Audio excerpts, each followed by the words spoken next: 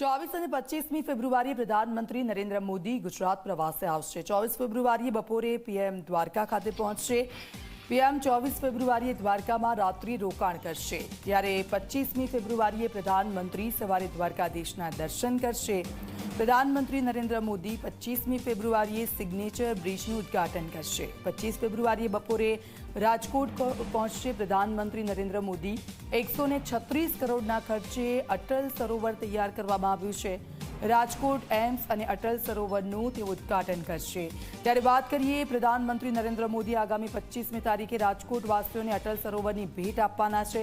136 કરોડ રૂપિયાના ખર્ચે આ અટલ સરોવર તૈયાર કરવામાં આવ્યું છે।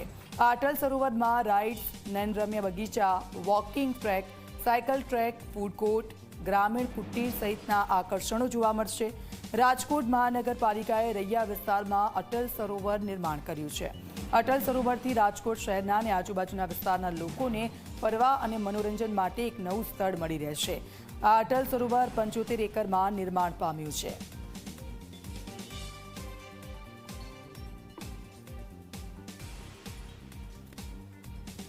લગભગ 136 કરોડનો ખર્ચ આમાં અંદાજવામાં આવેલો છે અને આપણું જે સ્માર્ટ સિટી મિશન છે એ સ્માર્ટ સિટી મિશન હેઠળ આ કોમ્પોનન્ટને લેવામાં આવેલું છે।